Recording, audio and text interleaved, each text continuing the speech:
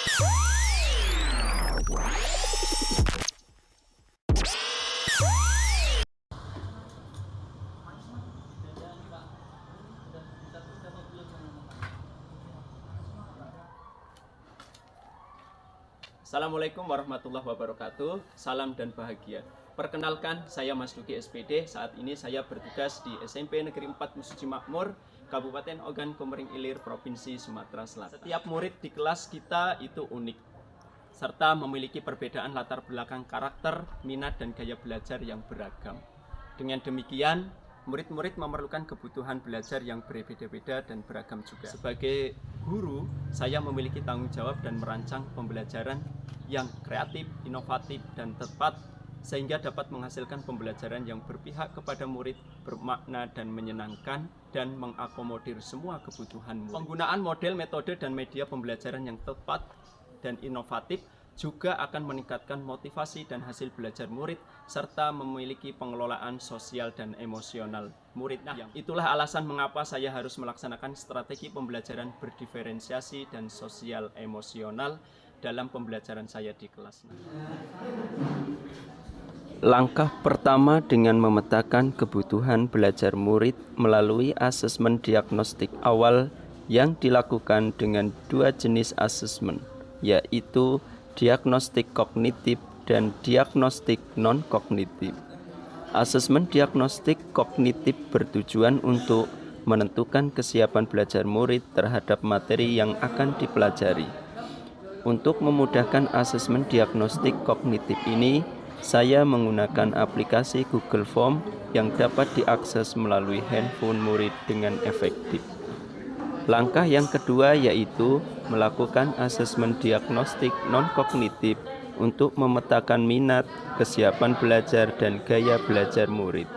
Pelaksanaan asesmen ini juga saya lakukan dengan cara yang sama dengan asesmen diagnostik kognitif, yaitu menggunakan aplikasi Google Form yang mudah diakses oleh murid. Langkah selanjutnya yaitu saya mengidentifikasi dan menganalisis hasil asesmen diagnostik yang akan saya jadikan sebagai dasar dalam merancang pembelajaran berdiferensiasi, menyiapkan modul ajar, media pembelajaran, sumber belajar, asesmen, dan pembagian kelompok belajar murid sesuai dengan gaya belajarnya, serta menentukan kompetensi sosial dan emosional yang akan dikembangkan dalam pembelajaran.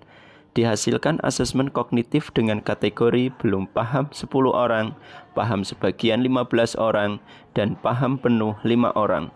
Kemudian hasil asesmen non-kognitif menunjukkan 15 murid bergaya auditori, 10 murid bergaya visual, dan 5 murid bergaya kinestetik.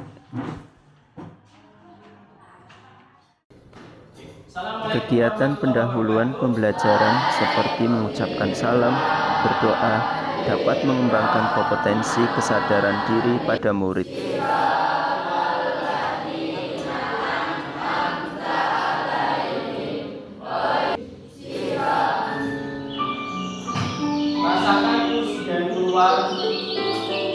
Sebelum kegiatan inti pembelajaran dilakukan, kita melakukan kegiatan teknik stop atau mindfulness atau perhatian penuh untuk mengembalikan konsentrasi dan fokus belajar murid.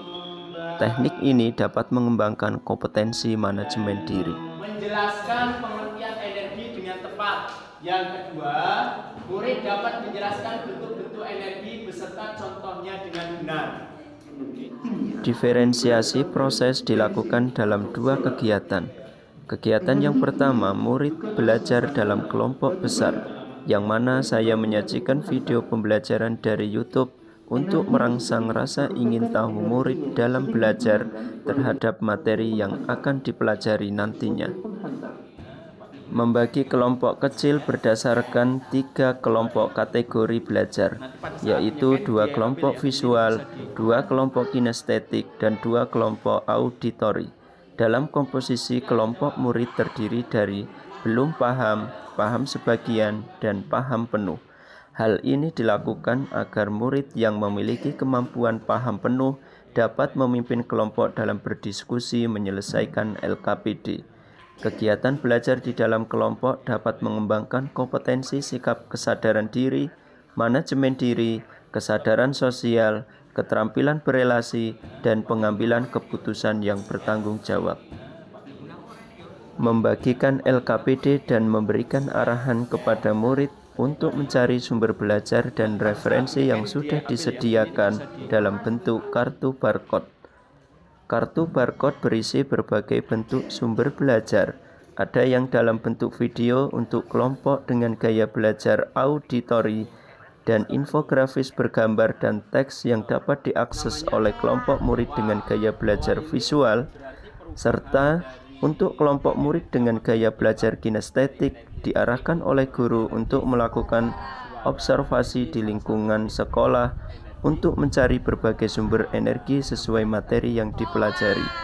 Kegiatan ini dapat mengembangkan kompetensi sikap kesadaran diri, manajemen diri, kesadaran sosial, keterampilan berelasi, dan pengambilan keputusan yang bertanggung jawab.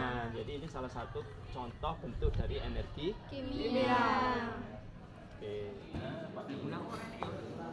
Setelah melakukan akses materi pembelajaran dan observasi lingkungan belajar, murid kembali ke dalam kelompoknya untuk mendiskusikan LKPD sesuai dengan instruksi dan membuat tagihan hasil pembelajaran dalam berbagai bentuk produk sesuai dengan yang disepakati dalam kelompok.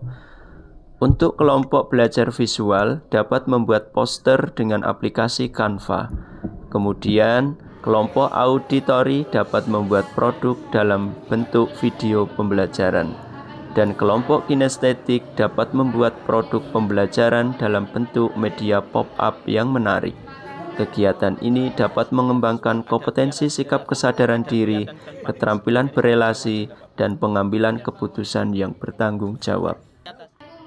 Murid mempresentasikan hasil belajar produknya yang telah dibuat di depan kelas dan mendapat tanggapan dari kelompok yang lain.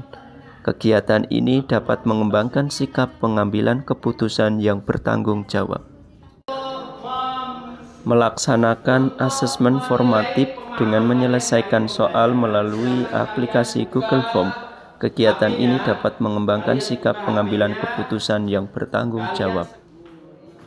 Kegiatan selanjutnya yaitu merefleksikan pembelajaran melalui tanya jawab dengan murid terkait perasaan murid dalam belajar melalui gambar pada kertas sticky note. Pembelajaran apa yang diperoleh dan apa yang akan dilakukan setelah pembelajaran ini. Guru mengapresiasi setiap jawaban murid dengan positif. Kegiatan ini dapat mengembangkan sikap kesadaran diri dan pengambilan keputusan yang bertanggung jawab.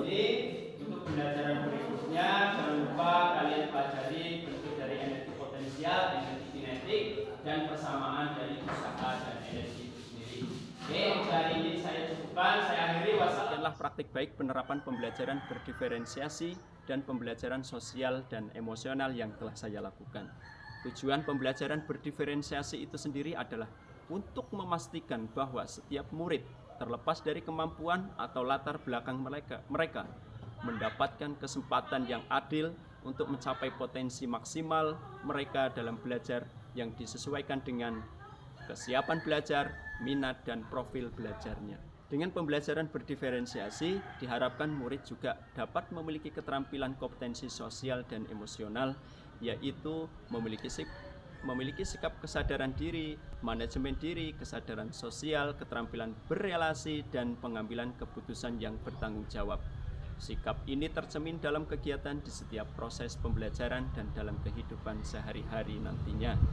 Semoga dengan adanya praktik baik ini dapat memberikan inspirasi bagi rekan-rekan guru semua dan dapat memberikan manfaat bagi sekolah serta kemajuan pendidikan pada umumnya. Terima kasih. Wassalamualaikum warahmatullahi wabarakatuh.